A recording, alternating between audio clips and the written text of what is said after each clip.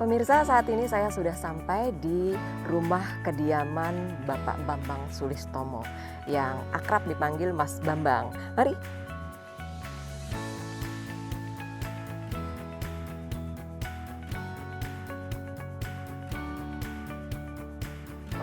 Assalamualaikum. Apa kabar Mas Bambang? Enggak, baru. Seperti janji kita mau berkenan wawancara, Mas Bambang. Iya, baik, terima kasih. Pemirsa, kita masuk ke dalam untuk wawancara Mas Bambang. Kita ikuti. Beliau adalah Mas Bambang Sulistomo, putra pahlawan kelahiran Surabaya, titisan darah dari sosok pria yang menjadi komandan arek-arek Surabaya dalam pertempuran 10 November 1945.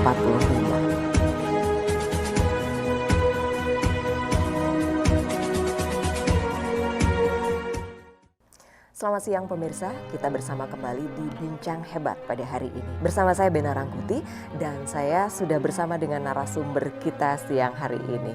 Mas Bambang, apa kabar? Baik, alhamdulillah. Sehat ya? Ya, doanya. Alhamdulillah, senang sekali ini bisa bertemu kembali di Bincang Hebat pada hari ini. Mas Bambang, sebagai seorang putra pahlawan, pejuang, ini adalah satu hal yang luar biasa nih buat saya, bisa bincang-bincang hebat seperti ini. Tapi sebagai putra seorang pahlawan, sebelum kita berbincang lebih jauh, ada nggak sih seperti label tanggung jawab atau apa yang terasa berat nih jadi seorang putra pahlawan? Soal tanggung jawab itu tergantung pada diri kita sendiri. Sebab lingkungan kalau yang tahu barangkali tanggung jawab itu lebih besar. Tapi kalau lingkungan tidak tahu ya kita seperti orang biasa lah. Sebab kebetulan saja orang tua kami itu disebut dalam sejarah. Paling tidak ya kita cukup harus berhati-hati lah dalam bersikap. Tapi orang tua kami ini kan seorang pejuang yang memang dengan sebutan dan slogan Merdeka atau Mati. Seorang pejuang yang sangat revolusioner. Jadi memang seringkali orang bertanya, bagaimana nih anaknya? Revolusioner apa tidak? Gitu. Saya kira itu yang banyak ditanyakan orang-orang yang lain. Tapi tetangga mengenal ya, kalau Mas Bambang ini putra biologis dari pahlawan. Saya biasanya tidak terlalu ingin memperkenalkan diri saya. Pada saat bapak saya masih hidup, berapa kali ngajak saya jalan informal atau formal diundang ke daerah, saya seringkali tidak pernah mau duduk depan. Saya selalu duduk belakang bersama masyarakat. Jadi hanya ibu saja yang di depan sama adik-adik saya selalu di belakang dan tidak bergabung dengan kursi-kursi depan. Nah, karena apa? Karena saya malu gitu. Dan saya paling suka duduk di belakang karena apa? Bisa mendengar komentar-komentar orang. Merakyat ya begitu. Mendengar komentar orang yang merakyat itu tentang apa yang ada di panggung depan itu. Gitu. Jadi di sini pun saya tidak pernah memperkenalkan diri, tapi mereka rupanya dari basic akhirnya semua tahu. Jadi tahu, oh ini Mas Bambang ini anaknya Bung Tomo gitu. Sehingga pada saat beberapa hari-hari bersejarah kami diminta mengisi tentang nilai-nilai kebangsaan, tentang Pancasila, tentang dasar negara dan perjuangan. Ya. Seperti itu ya? Iya Mas Bambang. Putra dari Bung Tomo itu ada berapa putra-putrinya? Ada 4, 3 perempuan lagi, yang keempat perempuan lagi. Jadi ada? 1 pria. Satu laki-laki. Mas Bambang sendiri? Ya. Jadi ini benar-benar satu keturunan darah biologis seorang Bung Tomo ya, titisannya langsung. Nah, sebagai titisan dari Bung Tomo nih, tadi ketika ada acara-acara nggak mau duduk di depan karena ingin merakyat, maunya di belakang. Ingin mendengar suara rakyat di belakang. Ingin mendengar suara rakyat di belakang ya. Karena kalau di depan sudah langsung. Bukankah itu memang biasanya kalau undangan yang diinginkan duduk di depan gitu, VIP? Saya sampai kemudian saya kerja di Kementerian Kesehatan, diterjunkan di Kementerian Kesehatan, saya eselon 1 sebetulnya. Saya selalu kalau ada acara-acara dengan menteri, ya menteri sama satu lain di depan, saya selalu di belakang. Oh gitu. Pernah satu saat pada saat rapat kerja Kementerian Kesehatan, Ibu Menteri memperkenalkan semua pejabat baru seperti saya. Saya kan di belakang. Saya dengar ngomongan orang-orang daerah. Oke. Dinas-dinas kesehatan daerah kan. Mereka nggak tahu kalau saya siapa. Mereka ngomongin gitu. Begitu dipanggil satu persatu ke depan, kaget karena saya ke depan. Wah, kaget. Wah, gitu. Mereka diam. Begitu saya turun, mereka nggak berani ngomong lagi. Jadi mereka diam. Karena tadi ngomongin struktur kementerian yang ada. Karena mereka nggak tahu siapa Mas Bambang gitu. Bisa ke depan kaget. Iya, pemirsa, ternyata Mas Bambang ini nggak suka rebutan kursi ya. Diberikan kursi di depan aja nggak mau, maunya di belakang, merakyat sekali. Ya Mas Bambang, kalau Mas Bambang kan suka hal-hal seperti itu, merakyat. Nah, kalau dari sosok ayahanda Bung Tomo sendiri seperti apa? Apakah memang dia juga seperti itu? Ya, saya masih ingat cerita Bapak pada saat Bapak dilantik jadi pimpinan TNI pertama tahun 47. Pak Dirman, Pak Urip, dan Bapak dilantik jadi pimpinan TNI pertama oleh Bung Karno kan. Pada saat itu kita menghadapi agresi Belanda. Belanda tampaknya tidak ingin daerahnya diambil oleh kita kan. Mereka ingin ngambil lagi.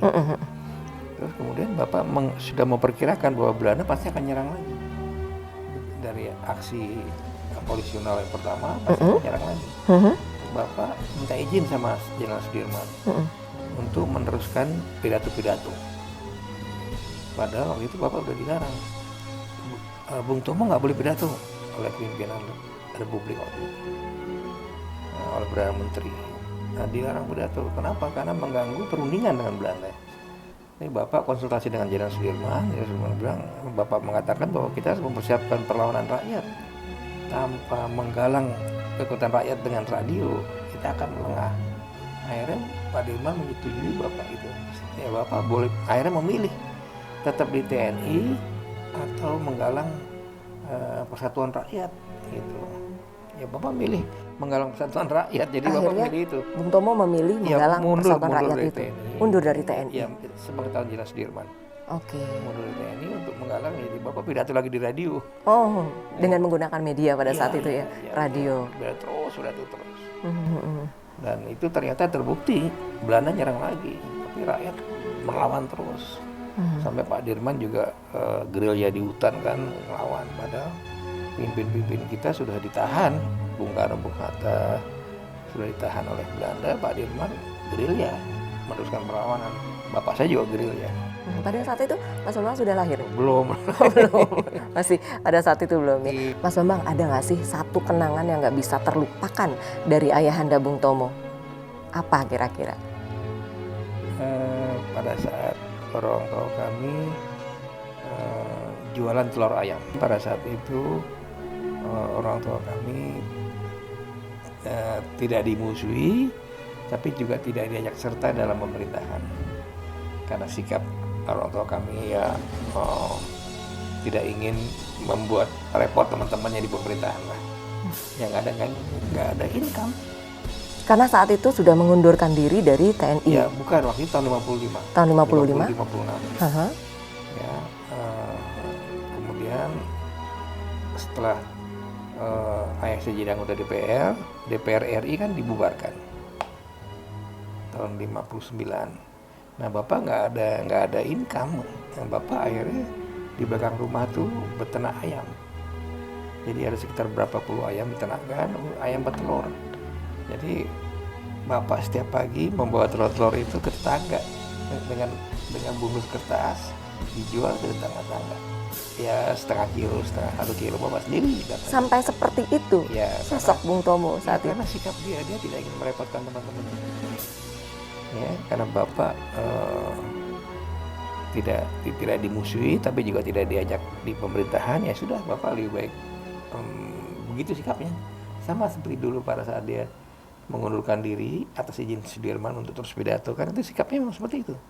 teguh pada pendirian. Orang bilang bapak saya itu keras kepala. Tapi itu sebetulnya apa? Prinsip begitu ya? Teguh dalam pendirian. Teguh dalam pendiriannya. Ya. Itu yang salah satu sosok kenangan yang Mas Bambang nggak bisa lupain itu. Ya. Bayangkan bekas pemimpin tentara dengan pangkat perwira tinggi, kemudian anggota DPR, pernah kemudian menteri bekas, dulu namanya menteri urusan bekas pejuang, menteri sosial sebetulnya, pernah jadi menteri. Terus ya udah begitu nggak ada jabatan ya peternak ayam. Pemirsa, rasanya nggak bisa dipercaya dengan nalar ya. Sosok besar Bung Tomo mempunyai pangkat yang tinggi, lalu juga pernah menjadi pejabat, sampai pada akhirnya mau menjual telur setengah kilo, 1 kilo beternak ayam. Ya. Dan dari hasil ternaknya itu Ya. yang dijual begitu. Kenapa sampai seperti itu? Ya karena bapak megang prinsip, tidak ingin merepotkan teman-temannya di pemerintahan. Kita ibu tuh nggak bisa membelikan seragam. Akhirnya ibu membuat seragam sekolah sendiri buat saya. Ya pokoknya asal bentuk celana. Terus kadang-kadang celana saya itu nggak kayak celana seragam yang jahitan buatan sekolah atau buatan itu. Jadi nggak ada kantongnya. Terus yang bajunya juga kancingnya macam-macam lah, buat jahitan ibu sendiri. Jadi ibu menjadikan seragam sekolah buat saya. Jadi itu yang membuat saya melihat bahwa keteguhan pendirian bapak itu didukung oleh ibu. Yang memegang teguh prinsip, didukung oleh istri, ibu yang juga pola hidupnya sederhana begitu ya, mensupport penuh begitu ya. Tapi itu kan tadi pegang prinsip, tegas begitu ya. Tegas sama galak beda ya. Terus ada nggak sih sisi santainya, bercanda gitu dengan keluarga atau teman, humoris? Bapak saya seperti orang Jawa Timur, suka bikin bercanda. Dia orang Jawa Timur, cerita-cerita zaman dulu gimana kalau di antara para pejuang lagi istirahat, lalu bikin lucuan-lucuan untuk menghilangkan kejenuhan di tengah hutan pada saat mereka gerilya. Itu bapak ceritakan jok-jok yang lucu-lucunya itu, kita ketawa, lucu. Memang bapak saya orang Jawa Timur begitu. Spontan bikin lucuan-lucuan. Jadi humoris juga ya, dan humoris. Terkadang bercanda spontan gitu. Itu juga yang dikenang oleh salah satu teman atau koleganya ya, bahwa beliau adalah orang yang humoris. Orang Jawa Timur begitu, orang Surabaya apalagi kan ngomongnya seenak ya.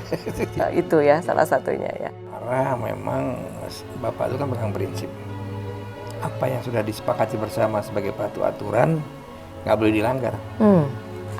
Misalnya pulang sekolah, kita nggak boleh pulang sekolah tanpa pergi kemana tanpa pemberitahuan. Itu bapak marah. Jadi kalau mau pergi kemana kasih tahu kemana. Jadi kalau pulang sekolah terlambat, misalnya pulang sekolah jam 1, kita pulang jam 4, jam 5, ini bapak marah.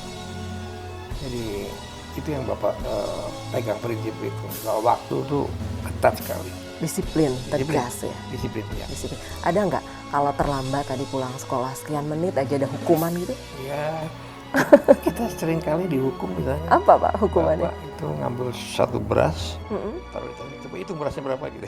Jadi hukumannya diminta menghitung beras seperti itu? Iya, kita hitung. Berapa banyak itu berasnya? Iya betul, kita hitung. Itu salah satu hukuman untuk mendisiplinkan gitu ya.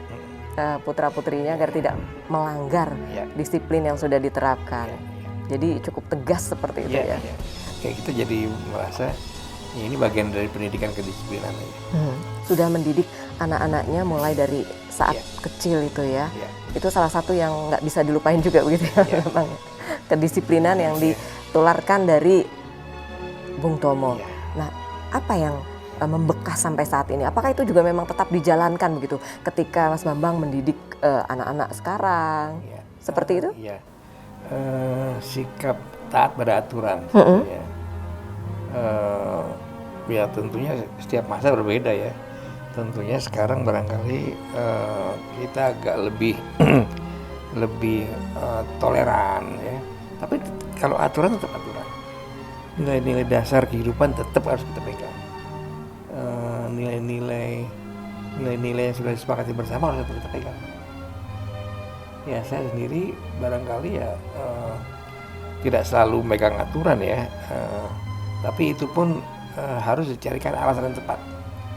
Sebabnya apa? Ya, memang hal-hal itu sangat mendasar sekali. Tapi keadaan sekarang kan banyak orang yang memang menginginkan sesuatu lebih toleran, kesempatan main dengan teman-temannya. Nah sekarang waktu saya punya anak perempuan ya saya harus tidak boleh melarang begitu aja. Anak perempuan main kemana, anak laki main kemana. Nah Mas Bambang ini kan sebagai salah satu, cuma satu-satunya putra Bung Tomo. Ada nggak seperti di anak emas kan begitu, sebagai putra kesayangan? Nggak ada tuh. Enggak. Ya nggak ada. Kita semua sama. Misalnya kita makan, bapak belum ikut makan. Kemudian ada telur satu. Telur dibagi 4, anaknya 4. Ya. Ini satu telur rebus dibagi 4. Ini masing-masing ini makan. Terus setelah itu makan mangga. Mangga dikupas sama ibu, kemudian sama ibu dia ini terus kemudian kan ada apa ya dalamnya itu apa bijinya. Biji itu ya. Ya ini biji jadi mangga. rebutan biasanya. Jadi rebutan. Gantian ibu. Terakhir siapa ini? Ya udah kamu dulu. Besoknya atau seminggu lagi siapa gantian makan bijinya. Kan bijinya kan ada itu ada. Nah, jadi selalu sama, nggak ada diskriminasi dengan anak-anak. Jadi Bung Tomo dalam memperlakukan anak itu sama ya, walaupun punya putra satu-satunya Mas Bambang ya, tapi tidak membedakan gitu ya, tidak dianak-emaskan gitu. Jadi tidak menimbulkan kecemburuan di antara saudara-saudaranya. Nah, kalau sosok Bung Tomo sendiri memperlakukan istri terus saudara-saudaranya itu seperti apa di matanya Mas Bambang? Bapak sama ibu. Bapak tuh berapa kali diundang ke luar negeri dalam acara resmi maupun tidak resmi, selalu mengupayakan ngajak ibu. Kalau nggak ada dana, bapak selalu cari uang pinjam temennya supaya ibu bisa ikut. Kemanapun juga bapak ke luar negeri nggak pernah sendirian, selalu ngajak ibu. Dan kalau nonton atau apa, pasti selalu ngajak ibu. Nggak pernah bapak dengan itu. Nah itu yang buat saya kadang-kadang malu ya. Benar-benar seorang suami yang ideal.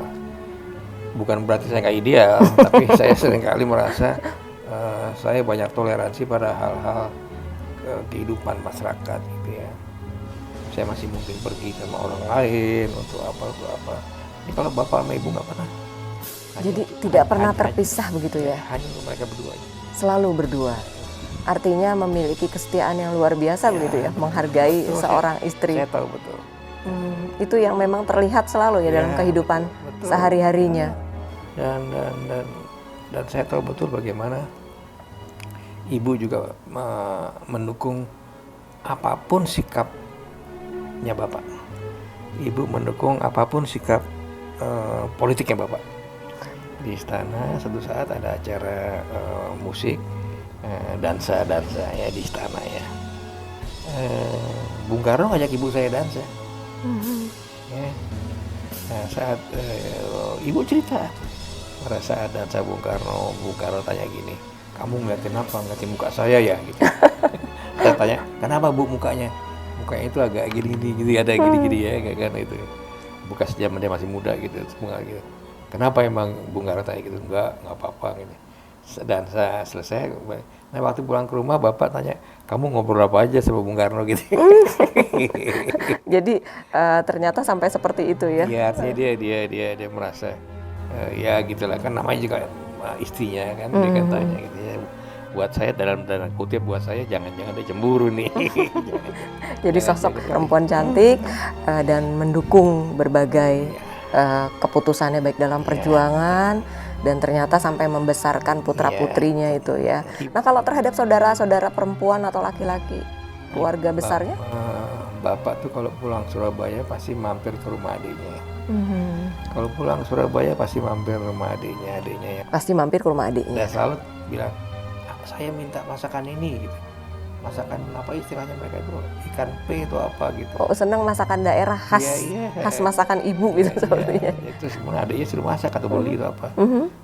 Selalu ke rumahnya itu. Waktu bapak ibunya masih ada di rumah Surabaya, pasti juga selalu mampir ke rumah bapak ibunya. Saya tahu sendiri. Selalu mampir. Jadi hubungan dengan adik-adiknya ada berapa sih? adiknya dia anak nomor pertama. Anak nomor pertama Bung Tomo. Ada 5 gitu. Kurang lebih Ya. adiknya ada 5. 5. Satu yang laki-laki sempat jadi tentara juga. Terakhir kolonel di Kodam Brawijaya. Tapi yang lain perempuan semuanya. Jadi hubungan Bung Tomo dengan keluarga, dengan adik-adiknya itu harmonis begitu ya. Bahkan ketika kalau pulang ke Surabaya mesti meluangkan waktu singgah ke rumah adiknya dan kangen dengan masakan rumah gitu ya. Betul. Jadi sederhana ya, bukan sosok yang harus makan di restoran begitu, di rumah makan begitu. Saya tahu betul. Itu ada saudara-saudara sepupu saya, anak-anaknya Ibu Lastri, itu namanya Ibu Lastri. Bule Lastri itu selalu dia mampir ke sana. Jadi ini juga pendidikan yang perlu kita ambil bersama ya. Salah satu pendidikan bagaimana membina hubungan dengan keluarga, kerabatan gitu ya. Jadi seperti itu beliau dengan adik-adiknya, dengan saudaranya. Iya. Selain hal tersebut, Mas Bambang, Bung Tomo pernah tidak bercerita tentang perang gerilya pada saat itu? Sering kali. Jadi bagaimana Bapak pernah cerita saat daerah mereka beristirahat itu diintai. Jadi Belanda itu ngirim mata-mata. Waktu itu mata-mata kayak seperti anak pelajar biasa. Mereka nggak tahu, tapi Bapak punya feeling. Dia datang ke sana pura-pura jualan apa di satu daerah. Terus dia tanya-tanya. Terus mereka sadar, jangan-jangan mata-mata mereka pergi mencar. Benar juga, beberapa saat kemudian daerah itu dikepung Belanda. Terus mereka kan sudah mencar ke hutan, ke dalam itu Bapak. Kemudian ke pinggir itu nggak tahunya malam-malam sekali. Bapak tidak tahu bahwa itu jurang. Ya, dalam pelarian itu di daerah Jawa Timur. Bapak masuk, jatuh, Bapak pegangan rumput, pegangan dahan nggak sempat lagi. Jatuh berhenti, jurak berhenti gitu. Nggak tahu itu seperti di sini kali, tapi ini jurang, di sini ada tanah sedikit, jatuh di situ. Di bawahnya kali. Tebing gitu ya, tebing jurang ya. Jurang sekali. Di situ Bapak bersyukur. Bapak ceritanya begini, mungkin karena saya pakai kayak jaketnya Sudirman tuh. Jas yang panjang ke bawah itu, mungkin karena itu jadi saya jatuhnya agak lambat, dia merasa begitu. Oh, jadi seperti ada Iya sambil gitu. Terus itu malam-malam dia melihat sesuatu apa itu Pak? aneh gitu ya. Dia lihat seperti kereta kencana. Kereta kencana. Kayak kuda dan sinar gitu di depan mata loh. Itu kan di daerah pegunungan apa ya? Pegunungan Lawu atau apa? Pegunungan Lawu. Udah terus ya udah Bapak nih. Terus waktu itu Bapak mau gimana tuh? Akhirnya Bapak mencoba terjun sambil memberanikan diri sambil setengah sadar macam, terus jatuh di sungai itu air ya, kira-kira sehingga dia jatuh ada batu-batu gitu. Bapak nggak sadar, Sempat terantuk dengan batu iya mungkin. mungkin Bapak nggak sadar, tapi mungkin tidak terlalu berat lukanya, tapi nggak tahu. Terus bangun-bangun udah di rumah rakyat. Sudah dibantu ditolong rakyat Ya, itu ketika jatuh. Bangun mungkin pingsan kali. Rakyat pagi-pagi terus ada bapak-bapak doa-doa, mereka udah doa-doa semuanya, banyak yang doa-doa gitu. Mereka nggak tahu bapak saya siapa. Terus ada yang bapak bawa gelas gitu, dikasih itu ini sambil gelas ada air terus dibacain doa terus gitu. Doa-doa itu ya. Sambil keluar dibaca sambil bercanda bapak bilang, jangan-jangan yang keluaran dari mulutnya tuh banyak sekali. Tapi dia suruh minum. Diminum ya pada saat itu? Iya sih, sambil sadar nggak sadar karena semua badan sakit, nggak bisa bangun, nggak bergerak, minum. Bapak bisa sembuh. Nah, sembuh kemudian teman-temannya itu tahu Bapak di situ, jemput Bapak di situ. Jemput mereka dari rumahnya. Saya dengar rumahnya itu masih ada di daerah Sarat. Ada yang cerita dulu bapakmu pernah dirawat di Jawa Timur, di daerah ya gitulah. Saya dengar masih ada rumah itu, saya belum sempat ke sana. Jadi masyarakat sana masih lihat itu rumah Bung Tomo. Mereka bilang Itu rumah di daerah Sarangan gitu. Mhm. Sarangan tuh di yang ada danau itu kan. Mhm. Itu rumah, banyak orang bilang, kamu belum pernah lihat ya? Belum, itu rumah Bung Tomo masih ada gitu.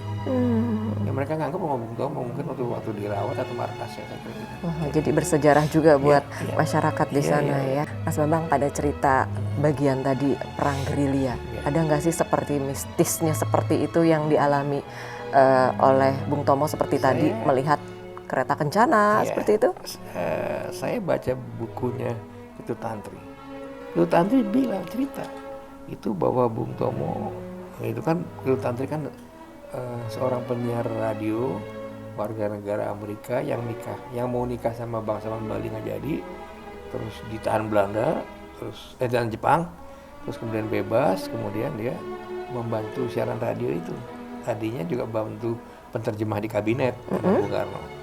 Nah, dia nulis buku, dan itu bukunya banyak tulis sama Bapak karena dia selama ini bantu Bapak di siaran radio pemberontakan untuk bahasa Inggris kan. Dia cerita Bung Tomo itu menurut orang-orang itu bisa menghilang, Oh, bisa pindah tempat seorang nggak tahu. Dia terus gitu. jadi ada seperti Kemampuan spiritual Iya, gitu ya dia menghilang. pada zaman dahulu. Karena pada saat itu kan ketika berperang, bahkan saya pernah baca Bung Tomo itu hanya berperang dengan membawa bambu runcing, golok ya, keris gitu. Seperti itu ada ceritanya juga mungkin. Iya, memang Bapak punya keris yang selalu dibawa kemana-mana. Karena keris ini pemberian leluhurnya lah, ya. Bapak punya keris dan selalu dibawa kemana-mana. Sama Sudirman juga bawa keris juga.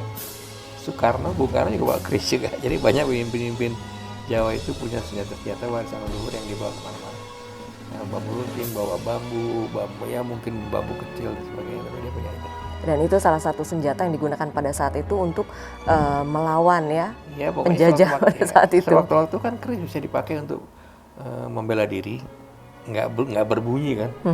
Kalau pakai pistol kan nembak bunyi ketahuan di mana.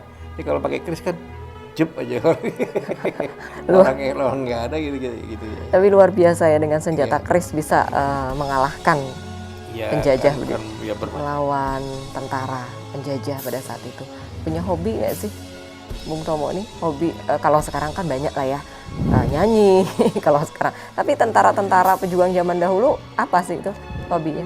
Bapak senang nyanyi. Oh, senang nyanyi juga. Satu lagu yang dia sering nyanyi lagukan tuh lagunya Ismail Marzuki, Selendang Sutra. Selendang Sutra. Tapi satu lagu bahasa Italia yang dia suka nyanyikan tuh Come Back to Sorrento. Come Back to Sorrento. Itu lagunya Mario Lanza tuh, siapa Bapak sih nyanyikan gitu.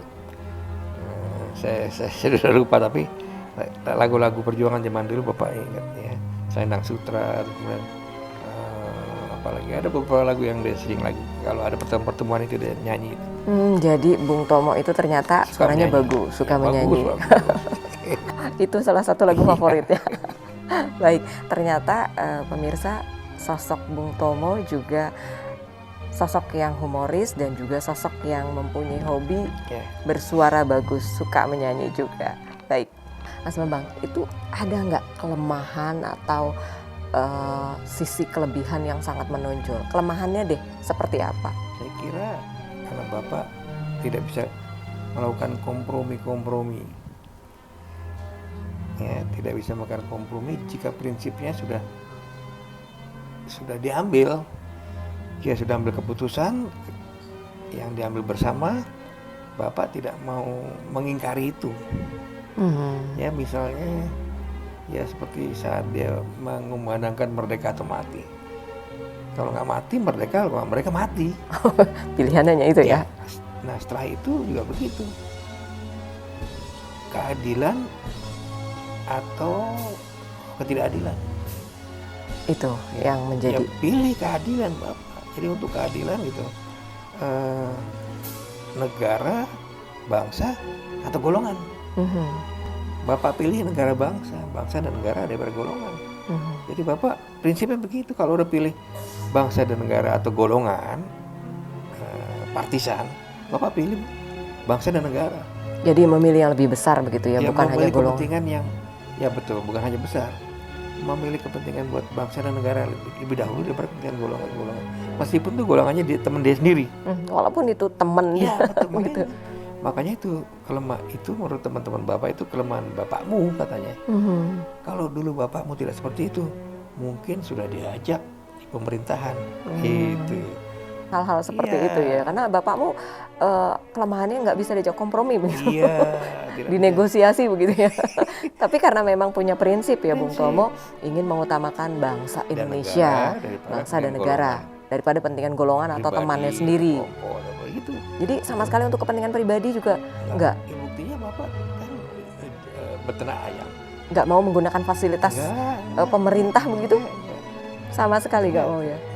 Nah, karena beliau memegang teguh bukan hanya kelemahan ya, kalau kita melihatnya berprinsip seperti itu ya, beliau tegas terhadap Tapi pendiriannya. kan buat teman-temannya itu kelemahan. Kelemahan menurut teman-temannya seperti itu ya. Dalam rangka kehidupan politik praktis itu kelemahan. Nah itu sempat menimbulkan kasus hukum begitu? Ya, bapak pernah satu waktu melakukan kritikan ya pada saat Pak Harto jadi presiden. Bapak mengkritik tentang proyek Taman Mini Indonesia Indah.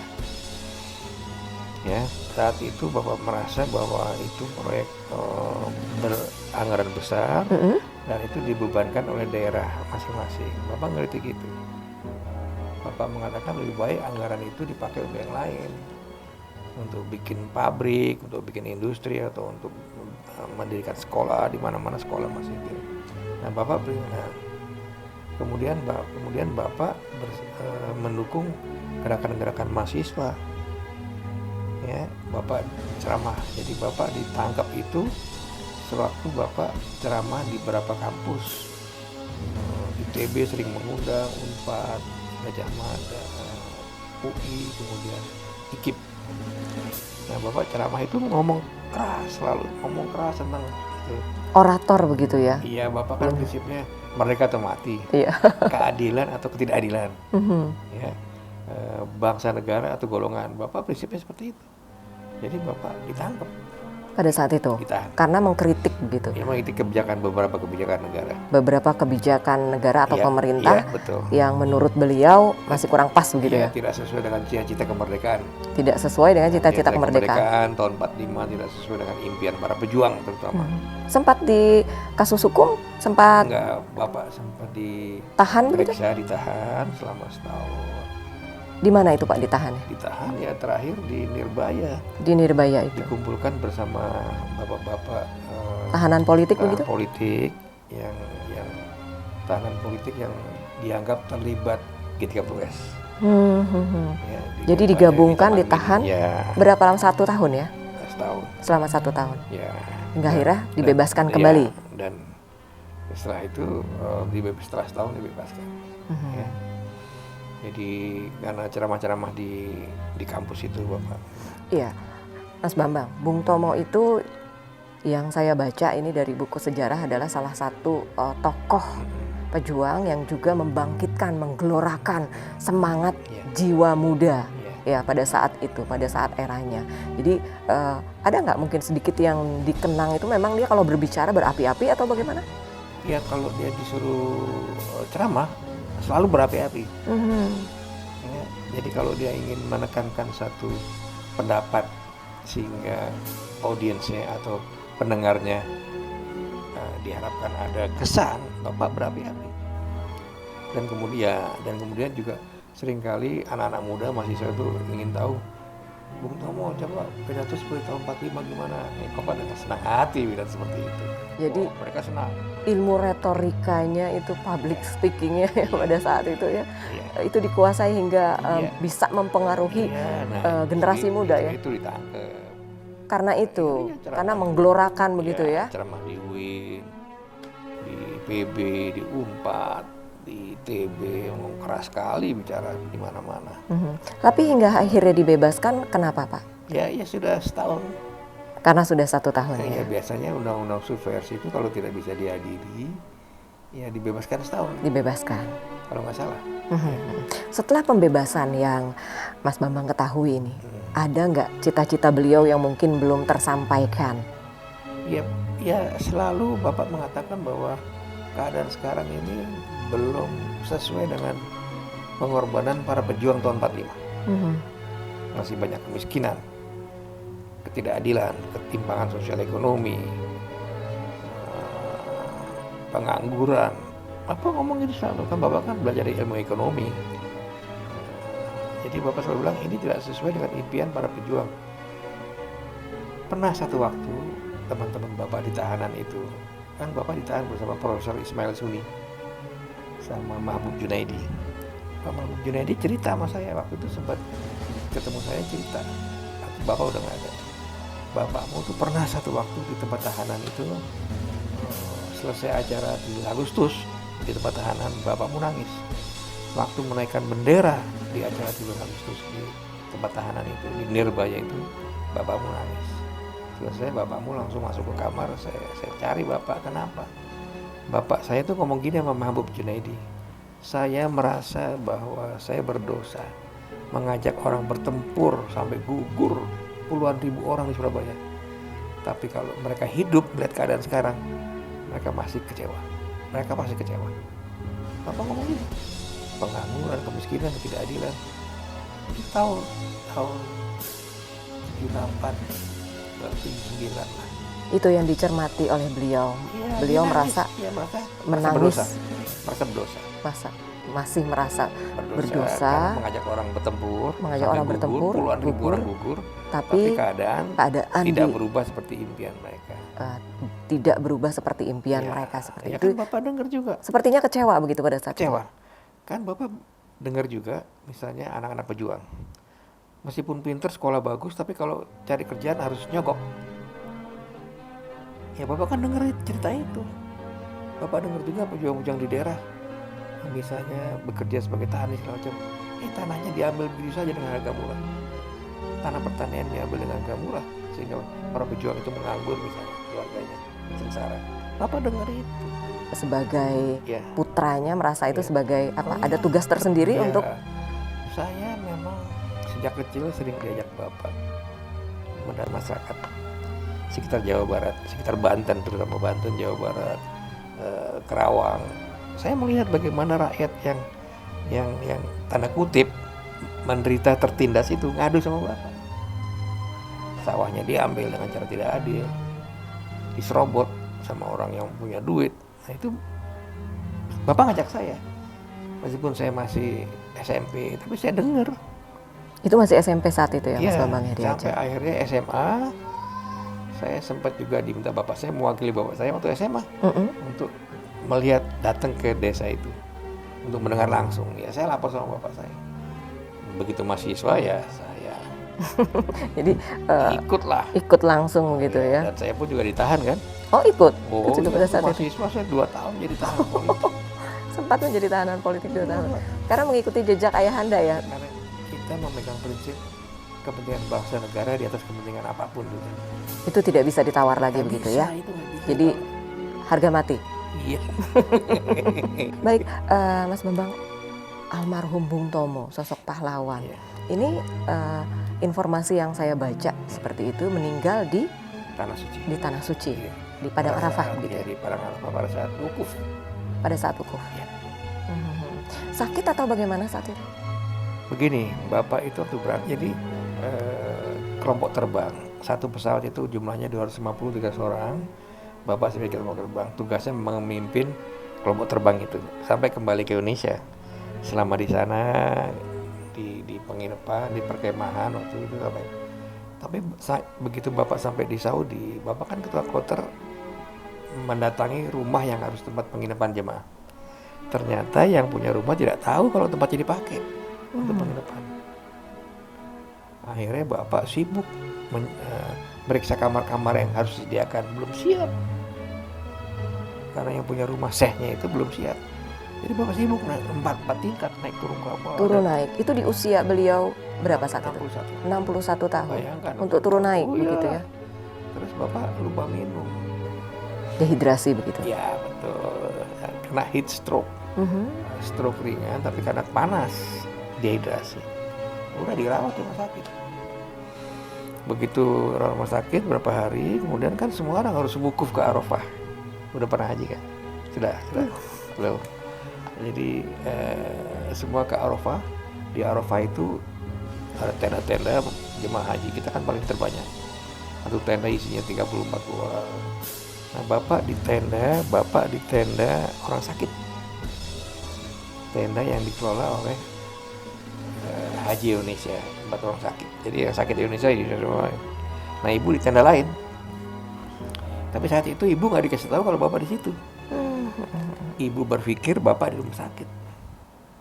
Nah, disitulah bapak setelah wukuf selesai, menurut kesaksian orang-orang, bapak meninggal.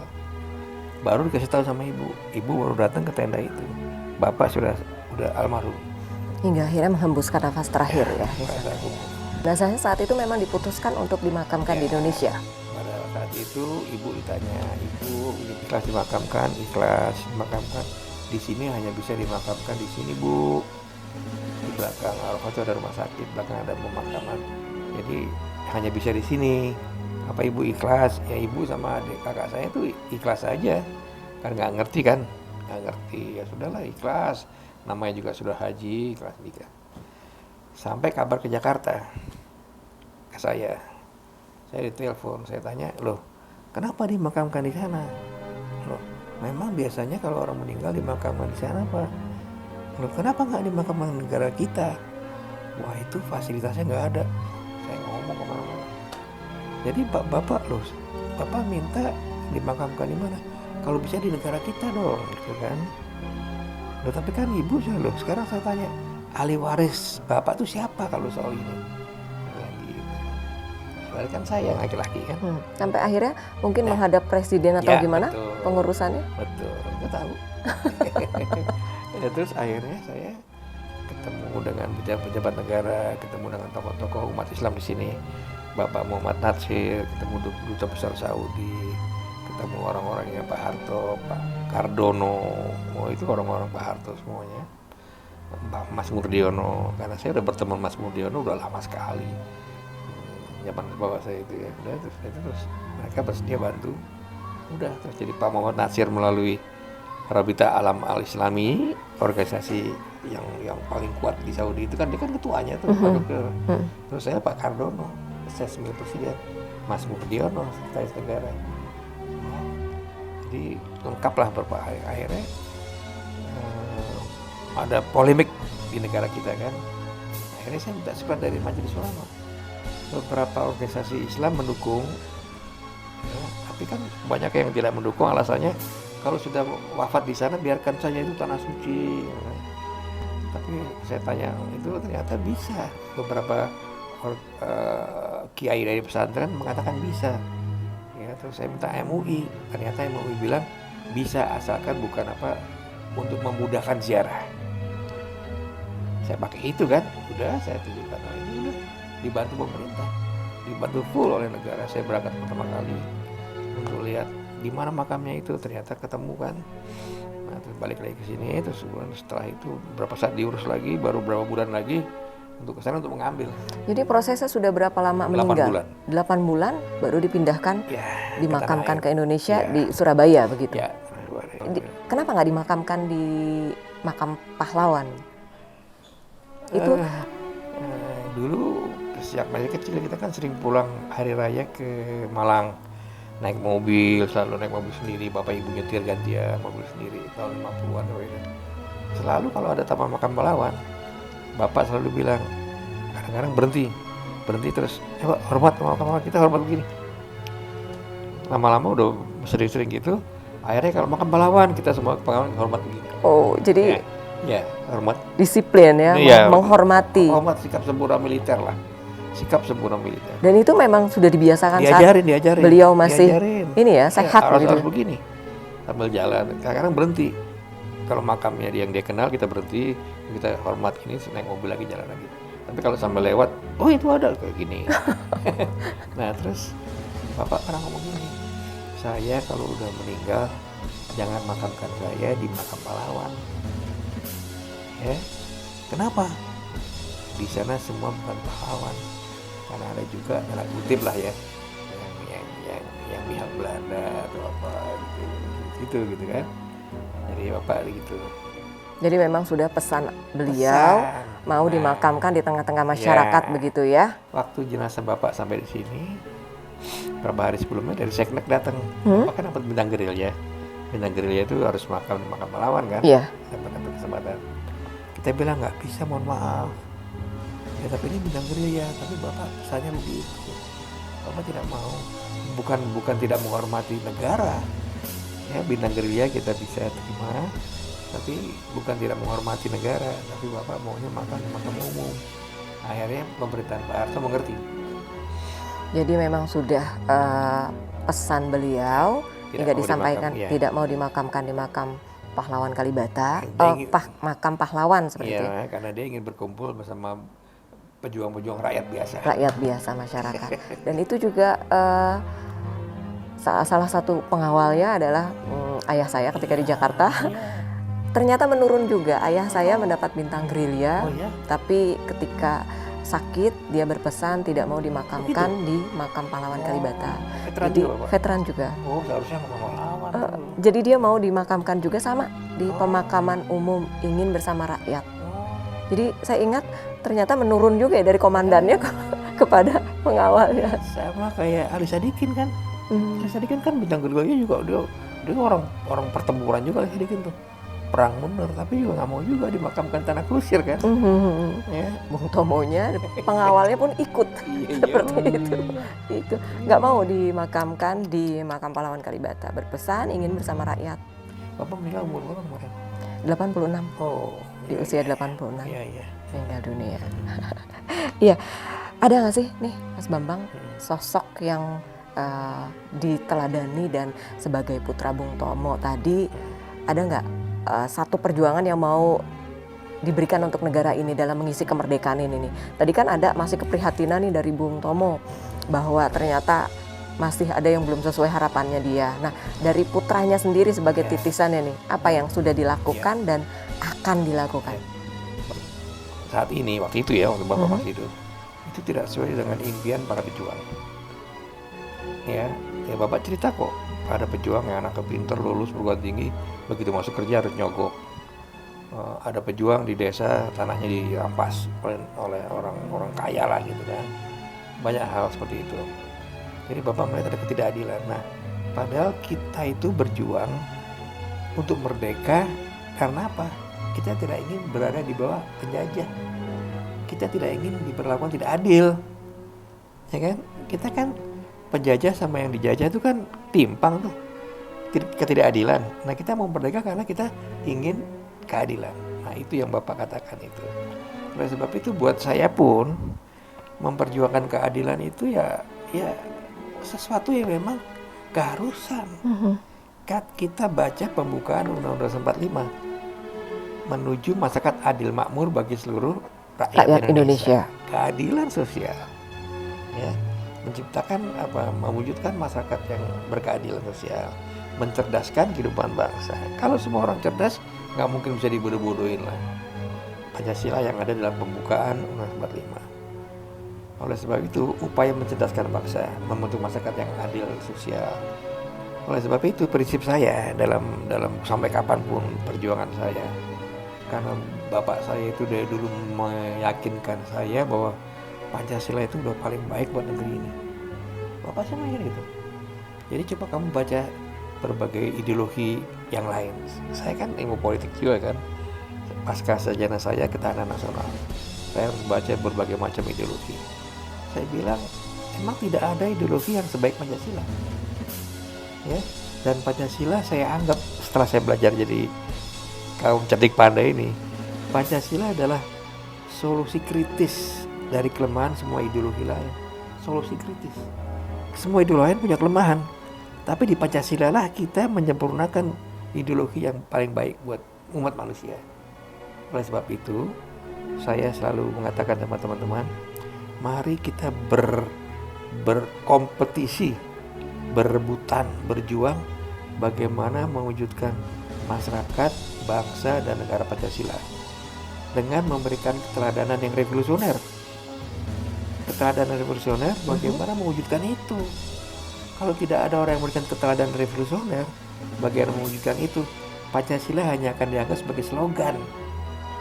Pancasila hanya dianggap sebagai suatu impian-impian kosong, sehingga anak-anak muda yang tadi saya bilang itu melihat harapan dengan realita itu beda, sehingga nggak percaya mana Pancasila, mana hukum yang Pancasilais, mana ekonomi Pancasilais, mana pendidikan yang Pancasilais, banyak hal.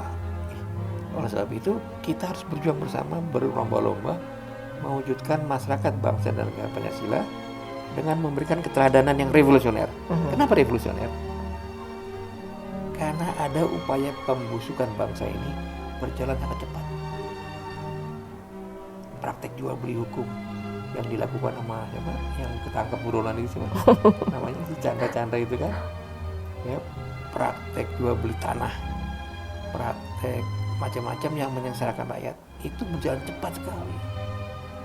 Nah itu kalau nggak dikejar dengan cara yang revolusioner, ini bangsa, mohon maaf, nggak akan percaya lagi dengan Pancasila. Oke, mendukung pemerintah untuk tetap artinya bisa memberdayakan masyarakat sesuai dengan rel ya seperti itu. Makanya itu saya sering tulis surat ke pemerintah, sama presiden. Jadi masih berkomunikasi juga dengan. Iya, artinya dia tahu saya lah, dia tahu saya. Orang bilang Pak Bambang dekat, saya bilang saya nggak dekat.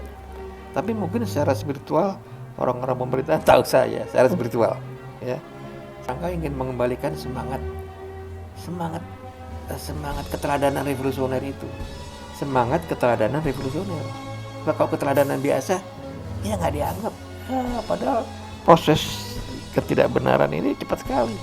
Jadi yang sudah dilakukan sebagai putra Bung Tomo memberikan masukan-masukan juga ya kepada pemerintah. Pasti. Kan saya tulis surat langsung gitu.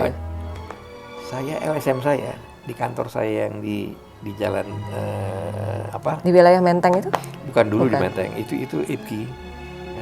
Di kantor saya di Tanah Kusir itu LSM. Udah sejak tahun 80 saya buat. Itu pengaduan rakyat selalu tentang ketidakadilan banyak sekali. Dan sekarang dalam era Pak Harto saya tulis ke Pak Harto. Dalam eranya SBY saya tulis ke SBY, dalam eranya Gus Dur. Sekarang eranya Pak Jokowi saya tulis. Masalah-masalah ketidakadilan yang dialami rakyat, saya tulis semuanya. Jadi kalau saya tulis sesuatu surat buat Pak Jokowi misalnya, itu yang terbuka. Tapi yang nggak terbuka, saya kirim ke istana. Oke, jadi ada juga gitu ya? Kirim ke istana. Misalnya rakyat datang, saya bilang dari daerah-daerah, datang sini, karena kan nggak punya ongkos, saya ongkosin rakyatnya. Datang sini, saya tidur di situ di kantor saya. Kemudian saya buatkan surat, dia tanda tangan. Bapak setuju Pak, setuju nggih. Dia ngerti setuju aja, ramai rakyat, rakyat susah masa nggak setuju kan. Akhirnya Bapak mau antar ke istana. Wah, di mana Pak istana? Saya antar nanti. Tapi gimana nanti? Saya nggak berani kan, banyak penjaganya. Enggak lah, pokoknya saya ajak ke istana. Turun, dikasih KTP di Satpam, bukan Satpam lah. PM itu menjaga Pas Pampres itu. Masuk terus ditunjukin. Kamu cari tempat di mana surat buat presiden masuk. Masuk. Saya di mobil aja di parkiran. Jadi sampai sejauh itu juga ya membantu mendampingi masyarakat ya. Saya bilang begini, Pak, ini istana, ini presiden, ini tuh yang Pas Pampres, itu gaji dari rakyat. Saya bilang gitu. Jadi istana ini punya rakyat, Pak. Jadi kalau Bapak ngadu ke presiden tuh gaji dari mana? Dari Bapak. Oh iya Pak ya? Iya dong, masa dari mana? Jadi masuk. Dan diterima pada saat itu ya? Nggak diterima oleh presiden, tapi diterima di bagian surat diterima presiden langsung. Semua orang nggak tahu bahwa saya selalu mengadukan masalah-masalah itu pada presiden. Presiden tahu. Jadi artinya sebagai putra Bung Tomo melanjutkan tonggak perjuangannya dengan cara tadi sudah mendirikan LSM gitu ya? Berbicara tentang keadilan gitu ya? Itu LSM saya tahun 74. Jadi sejak tahun 74 sudah menyuarakan tentang keadilan-keadilan gitu ya? Terutama soal pertanahan, perburuan. Dan itu disampaikan langsung kepada siapapun pemerintahnya. Siapapun penguasanya, siapapun menterinya. Selalu. Baik, jadi tetap berperan seperti itu ya, aktif dalam mengisi kemerdekaan, melanjutkan perjuangan ayahanda Bung Tomo. Mas Bambang, ketika melakukan, mengisi kemerdekaan dan juga tentunya menyampaikan aspirasi, kritik, saran kepada pemerintah, juga mendukung pemerintahan siapapun ya. Kalau sekarang Pak Jokowi begitu ya, di pemerintahannya. Nanti kan 10 November ini kita memperingati Hari Pahlawan nih. Ada nggak pesan-pesan untuk masyarakat Indonesia dalam memperingati Hari Pahlawan? Ya, kita di Indonesia ini harus selalu bersatu lah ya. Artinya para pejuang kemerdekaan tahun 45 ini kan berjuang kemudian gugur untuk mewujudkan kemerdekaan. Kemerdekaan tanpa didukung oleh persatuan tidak mungkin, sebab kemerdekaan itu harus didukung oleh persatuan rakyat. Oleh sebab itu, apapun susahnya masyarakat, apapun sulitnya masyarakat, apapun senangnya masyarakat, harus bersatu. Yang senang harus membela yang tidak senang, yang kaya harus bela yang miskin, yang berkuasa harus membela yang tidak berkuasa. Tapi yang tidak berkuasa harus dukung yang berkuasa, yang miskin harus dukung yang kaya, yang tidak senang harus dukung yang senang. Artinya ada saling mengisi. Nah, tapi yang paling tanggung jawab adalah orang yang berkuasa, orang yang kaya, orang yang harus tanggung jawab karena mereka diberikan kesempatan untuk hidup. Nah, oleh sebab itu saya harapkan perjuangan kemerdekaan itu perlu persatuan. Nah, persatuan bangsa ini, persatuan rakyat hanya bisa kalau ada kepercayaan rakyat. Ada kepercayaan rakyat, begitu ya. Rakyat kalau nggak percaya nggak mau bersatu. Ya tuh di Manggarai ditemukan tombak pakai api, panah api. Di Manggarai kan ada kan pakai panah api. Sempat terjadi peristiwa itu ya. Sampai sekarang di mana-mana keroyokan itu artinya tidak ada persatuan. Karena nggak ada kepercayaan, saling kepercayaan. Nah, kepercayaan itu hanya bisa jika hukum ditegakkan dengan adil. Tegakkan hukum dengan adil. Hingga menimbulkan rasa kepercayaan itu. Iya, sehingga kalau percaya bisa bersatu. Nah, tegakkan hukum dengan adil itu, mari kita berjuang menegakkan hukum. Sebab hukum yang adil itu adalah perintah Pancasila. Perintah pembukaan Undang-Undang 45. Hukum yang adil, hukum yang tidak pilih kasih, hukum yang tidak berat sebelah, hukum yang bisa melindungi semuanya.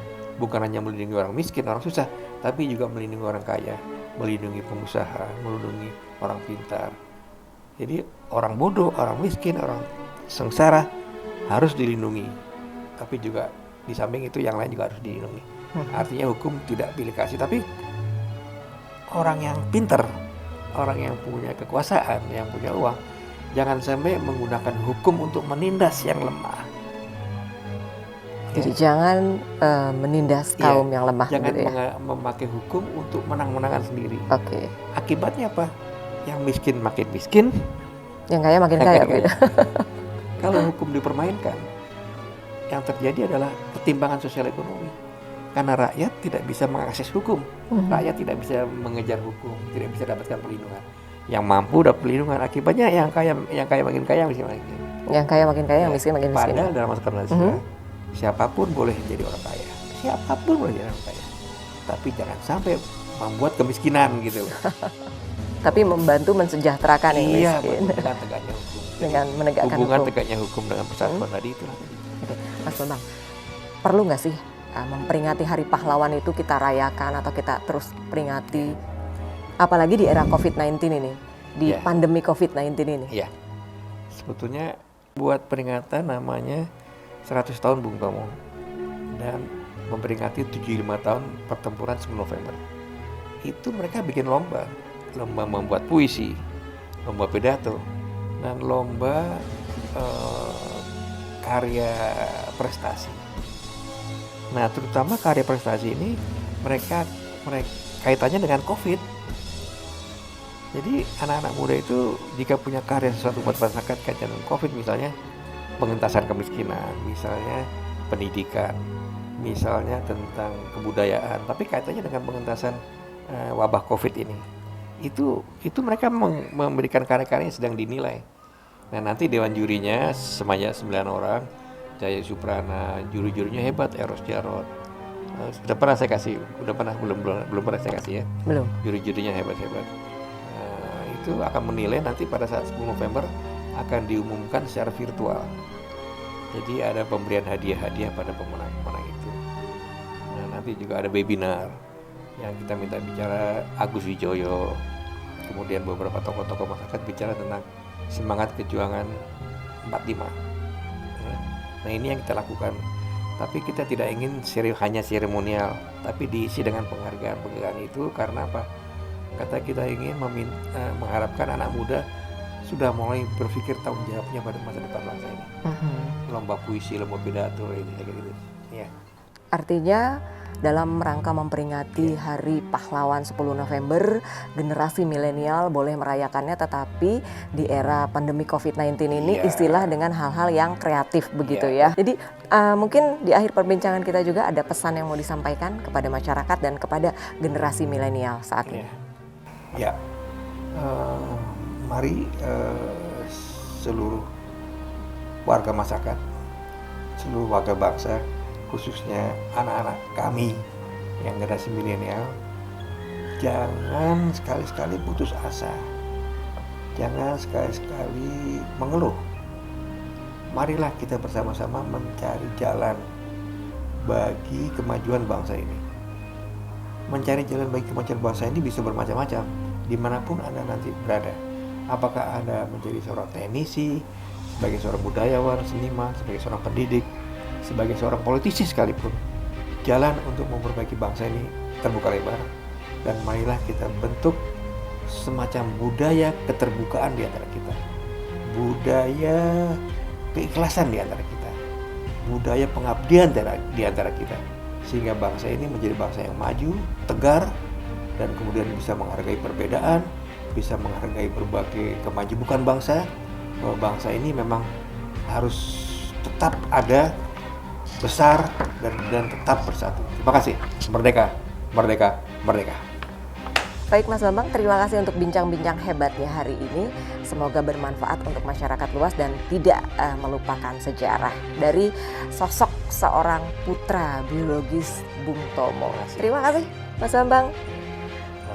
Pemirsa, demikian bincang hebat untuk hari ini bersama putra biologis Bung Tomo, putra seorang pahlawan yang dikenal selalu membangkitkan dan mengobarkan semangat jiwa muda pada saat era peperangan. Dan semoga ada manfaatnya. Jangan lupa jas merah, jangan sekali-sekali meninggalkan sejarah. Bung Karno 1966. Demikian pemirsa untuk bincang-bincang kita, semoga bermanfaat dan sampai jumpa. Bismillahirrahmanirrahim. Merdeka! Saudara-saudara, rakyat jelata di seluruh Indonesia, terutama saudara-saudara penduduk kota Surabaya, kita semuanya telah mengetahui bahwa hari ini tentara Inggris telah menyebarkan pamflet-pamflet yang memberikan suatu ancaman kepada kita semua. Kita diwajibkan untuk dalam waktu yang mereka tentukan menyerahkan senjata-senjata yang telah kita rebut dari tangannya tentara Jepang. Mereka telah minta supaya kita datang pada mereka itu dengan mengangkat tangan. Mereka telah minta supaya kita semua datang pada mereka itu dengan membawa bendera putih, tanda bahwa kita menyerah kepada mereka.